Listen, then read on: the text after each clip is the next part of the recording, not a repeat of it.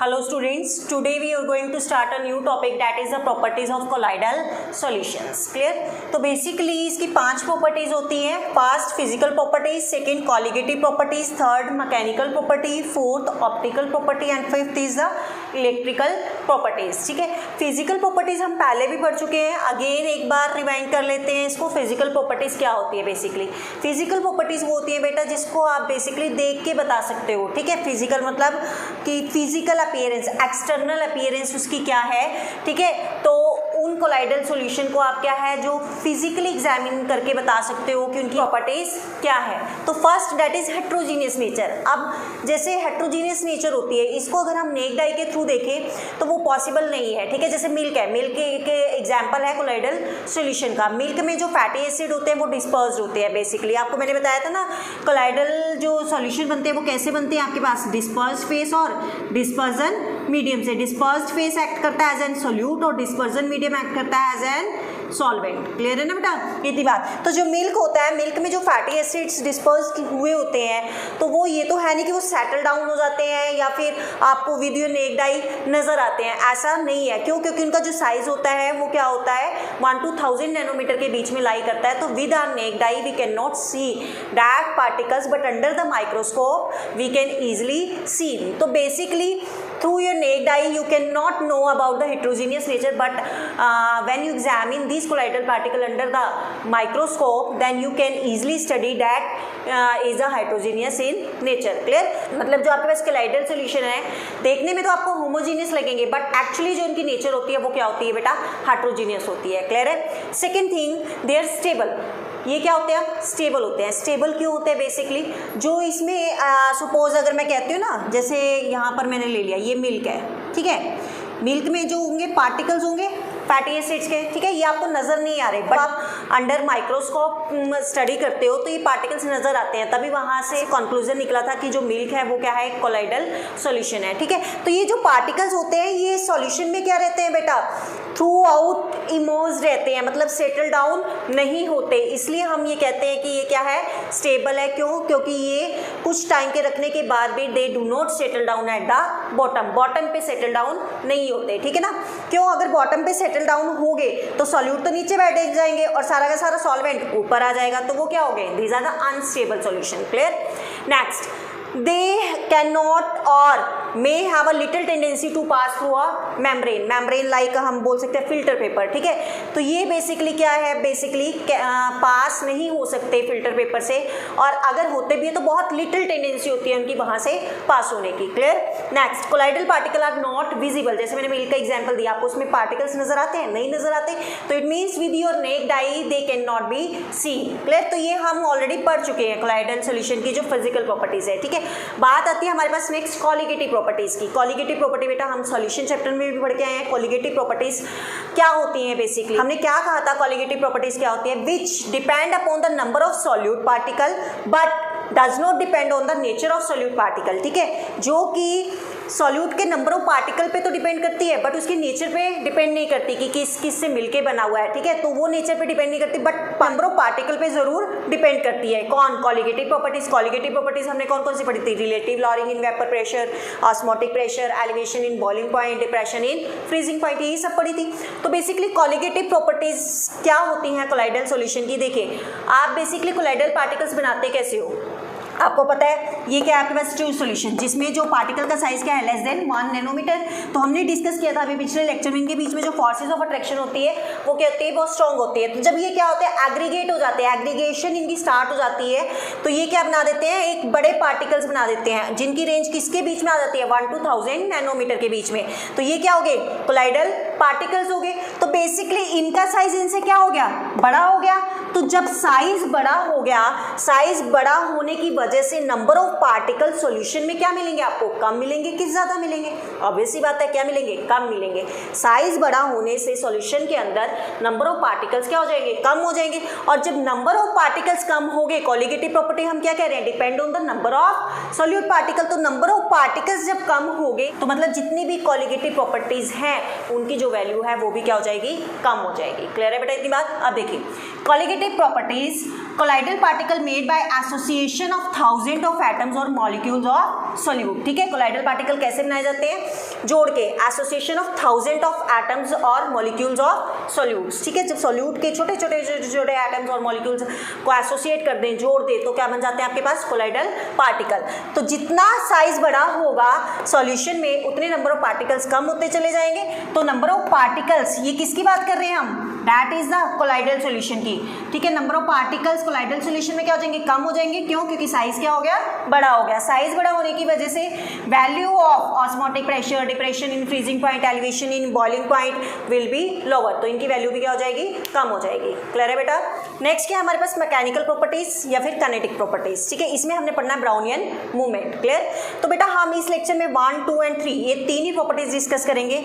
Next 2 properties हम next lecture में discuss करेंगे। ठीक है, इतना नोट डाउन करो, फिर आगे चलते हैं। हाँ जी बेटा, नेक्स्ट थर्ड देखिए, मैकेनिकल या फिर काइनेटिक प्रॉपर्टीज। ठीक है, इसमें बेसिकली हम डिस्कस करेंगे ब्राउनियन मूवमेंट। तो बेसिकली बेटा ब्राउनियन मूवमेंट क्या होती है वो हमने पढ़ना है। तो जो ब्राउनियन मूवमेंट दी थी वो हमें दी थी रॉबर्ट ब्राउन। एक साइंटिस्ट था रॉबर्ट ब्राउन, जिसने इसके बारे में सबसे पहले बताया था। ठीक है, किसका? जनरली ब्राउनियन मूवमेंट के बारे में। ठीक है, ब्राउन, यही से इसका नाम पड़ गया था ब्राउनियन मूवमेंट। क्लियर? तो बेटा ये क्या कहता था कि ब्राउनियन मूवमेंट बेसिकली क्या होती है? That is zigzag, continuously zigzag motion. ये क्या है? Zigzag motion. जिगजैग मतलब टेढ़ा मेढ़ा। ठीक है, जिगजैग मोशन या movement of the colloidal particle in a colloidal solution. Suppose मैं कहती हूँ आपके पास ये क्या है? कोई कोलाइडल सॉल्यूशन है। ठीक है, इस कोलाइडल सॉल्यूशन में आपके पास क्या है? डिस्पर्स्ड फेस है और दूसरा डिस्पर्जन मीडियम है। तो क्या बन गया? कोलाइडल सॉल्यूशन बन गया। अब डिस्पर्जन मीडियम में जब आप dispersed phase act as an solute और dispersion medium act as an solvent. Clear? इतनी बात तो हमें पता ही है। जब आप बेसिकली सोल्यूट को यहाँ पर डिस्पर्स करते हो, किसमें? डिस्पर्जन मीडियम में, तो क्या बनता है आपके पास? कोलाइडल सॉल्यूशन बनता है। ठीक है, तो बेसिकली बेटा इसमें जो ये पार्टिकल्स होते हैं डिस्पर्स्ड फेस के, ठीक है ना, ये जो पार्टिकल्स होते हैं डिस्पर्स फेस के थोड़ा दूर दूर होंगे, क्योंकि आपके पास क्या होगा? कोलाइडल सॉल्यूशन होगा। ट्रू सॉल्यूशन नहीं होगा, कोलाइडल सॉल्यूशन होगा। ठीक है, तो ये जो पार्टिकल्स होते हैं बेसिकली जब ये डिस्पर्स होते हैं डिस्पर्जन मीडियम में, जो पार्टिकल्स होते हैं डिस्पर्जन मीडियम के, वो कॉन्टिन्यूसली क्या करते रहते हैं? मूव करते रहते हैं। ठीक है, तो बेसिकली कॉन्टिन्यूसली जब मूव करते हैं तो वो कुछ इस तरीके से मूव करते हैं। और इस तरीके से क्यों मूव करते हैं? देखिए, जब ये डिस्पर्जन मीडियम, सपोज ये मेरे पास कोई कोलाइडल पार्टिकल है। ठीक है, कोलाइडल पार्टिकल मतलब हमने क्या ले लिया? इसके अंदर क्या है? डिस्पर्स्ड फेस है। ठीक है, तो यहाँ पर क्या है? आसपास क्या घूम रहा है इसके? That is the dispersion medium. तो इसमें जो पार्टिकल्स होते हैं डिस्पर्जन मीडियम में, वो क्या करते रहते हैं? कॉन्टिन्यूसली मूव करते रहते हैं। और जब कॉन्टिन्यूसली मूव करेंगे, ये आपके पास सॉल्यूट का पार्टिकल है जिसको हम बोल रहे हैं डिस्पर्स्ड फेस, तो ये क्या करता है? इसके अगेंस्ट फोर्स लगाता है हर जगह से। ठीक है, सपोज यहाँ पे ये पार्टिकल है, यहाँ से क्या लगाएगा? ये फोर्स लगाएगा।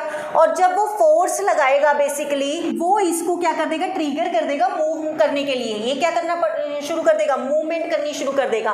और जब मूवमेंट करना शुरू करेगा वो इस तरीके से करेगा कि वो क्या है? जिगजैग मोशन बनाएगा। ठीक है, अब ये तो है नहीं कि सपोज मैंने किसी को धक्का दे दिया। ठीक है, अब वो मैं उसको कहूंगी कि तू वहीं गिर जाके, ऐसा तो पॉसिबल नहीं है ना। जिस डायरेक्शन में इसको धक्का लगेगा वहीं पे वो क्या हो जाएगा? गिर जाएगा।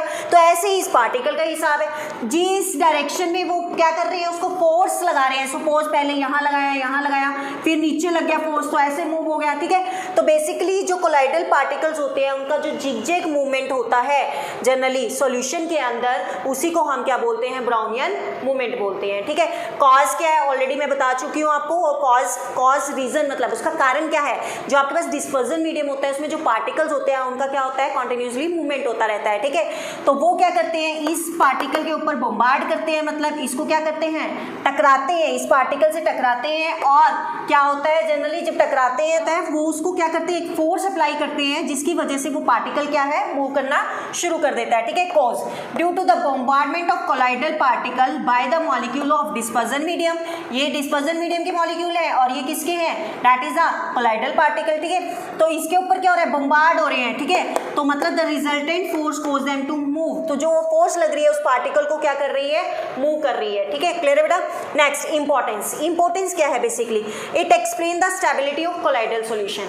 इसने क्या करा? कोलाइडल सॉल्यूशन की स्टेबिलिटी को एक्सप्लेन किया। उसका रीजन क्या है? बेसिकली क्योंकि जो पार्टिकल्स होते हैं वो सेटल डाउन नहीं होते, कॉन्टिन्यूसली मूवमेंट हो रही है उनकी। ठीक है, तो वो सेटल डाउन नहीं होंगे तो बेसिकली क्या होंगे? स्टेबल होंगे। ठीक है, next, it helps in the determination of the number of particle. Obvious ही बात है ना, अगर आपके पास सॉल्यूशन के अंदर नंबर ऑफ पार्टिकल्स आप इजीली क्या कर सकते हो, काउंट कर सकते हो।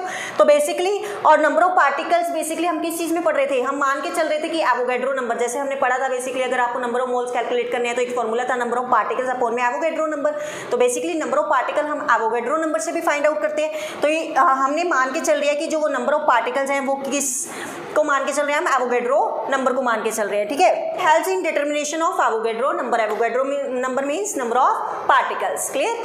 नेक्स्ट, एक नोट भी देख लो बेटा आप, it does not depend on the nature of the colloid but depend upon the size of colloidal particle, ठीक है। ये जो आपके पास ब्राउनियन मूवमेंट है बेसिकली ये डिपेंड कर रहा है किसके ऊपर, साइज ऑफ कोलॉइडल पार्टिकल के ऊपर, नेचर के ऊपर डिपेंड नहीं कर रहा है, लेकिन डिपेंड किसके ऊपर कर रहा है, size of colloidal particle and the viscosity of solution, ठीक है। आप विस्कोसिटी कम होगी तो मूवमेंट उतनी ही फास्ट होगी। देखो इसको मैं एक एग्जांपल के थ्रू समझाती हूँ आपको, जैसे सपोज फॉर एग्जांपल ये आपके पास क्या है, कोलॉइडल सॉल्यूशन है, इसका जो रेंज होता है वो कितना होता है 1 to 1000 नैनोमीटर के बीच में होता है, क्लियर। अब इसमें 1 to 1000 तो बहुत सारी वेरिएशन होगी ना बेटा, 1 नैनोमीटर भी हो गया, 2 नैनोमीटर भी हो गया, 88 नैनोमीटर भी हो गया, 99 भी हो गया, 999 भी हो गया, ठीक है ना। कुछ इस तरीके से, मतलब इसके बीच के जो नंबर हो गए सारे के सारे किस में आ रहे हैं, कोलॉइडल रेंज में आ रहे हैं। तो वो क्या कहना चाह रहा है कि मतलब यहाँ पर जब वेरिएशंस हो रही हैं तो मतलब जिसका साइज छोटा होगा, ध्यान से सुनना, जिसका साइज छोटा होगा, सपोज साइज क्या होगा, छोटा होगा, उसकी मूवमेंट क्या होगी, फास्ट होगी। इन कोलॉइडल पार्टिकल्स में भी ये वेरिएशंस आएगी, ठीक है। और जिसका पार्टिकल साइज क्या होगा, बेसिकली बड़ा होगा, उनकी मूवमेंट क्या हो जाएगी, स्लो हो जाएगी। इतनी तो बात आपको पता ही है, क्लियर। तो मतलब it depend on the size of colloidal particles, ठीक है। तो ये किसके ऊपर डिपेंड कर रहा है, कोलॉइडल पार्टिकल के साइज के ऊपर भी डिपेंड कर रहा है। कोलॉइडल पार्टिकल का साइज तो वेरी कर रहा है इस रेंज में भी, ठीक है। तो अगर 1 नैनोमीटर है तो ये क्या है, बहुत अच्छे से मूव करेगा, क्यों, क्योंकि पार्टिकल साइज क्या है, बहुत छोटा है कंपैरेटिवली टू 1000 नैनोमीटर, क्लियर। तो it depend on the size of colloidal particle and the viscosity of the solution, viscosity के ऊपर भी डिपेंड करता है। अब विस्कोसिटी का मतलब क्या होता है, गाढ़ापन, ठीक है। अब मैं आपको कहूँ कि हमने कोलॉइडल पार्टिकल्स को मूव कराना है, ठीक है, या हमें खुद मूव करना है, चलो मैं अपना एग्जांपल लेकर चलती हूँ। एक जगह पानी है, एक जगह दलदल है, बहुत अच्छा एग्जांपल है। तो आप किस में जल्दी मूव कर जाओगे, पानी में ना, दलदल में तो नहीं मूव कर पाओगे, क्यों, दलदल में क्या है, विस्कोसिटी, गाढ़ापन ज़्यादा है। तो बेसिकली ऐसा ही क्या है, कोलॉइडल सॉल्यूशंस है बेसिकली। तो जिनकी विस्कोसिटी क्या होती है बेटा, कम होती है, जैसे मैंने वाटर का एग्जांपल लिया था, जिनकी विस्कोसिटी क्या होती है, कम होती है, उसमें क्या होती है, फास्टर मूवमेंट होती है, ठीक है। और जिनकी विस्कोसिटी ज़्यादा होती है उसमें क्या होती है, स्लो मूवमेंट होती है, किसकी, कोलॉइडल पार्टिकल्स की, क्लियर है। तो बेसिकली ये छोटा सा नोट था बेसिकली इस मैकेनिकल प्रॉपर्टी के ऊपर या काइनेटिक प्रॉपर्टी के ऊपर। काइनेटिक का मतलब ही क्या होता है, that is a movement, clear बेटा। तो बेसिकली यहाँ पे हम अपना ये टॉपिक खत्म करते हैं। नेक्स्ट लेक्चर में हम डिस्कस करेंगे next optical properties and electrical properties, clear बेटा। आपको इसको बहुत अच्छे से पढ़ना है, कोई प्रॉब्लम होती है then you can do comment and ask. Next lecture हम नेक्स्ट वीडियो में डिस्कस करेंगे। Okay, thank you.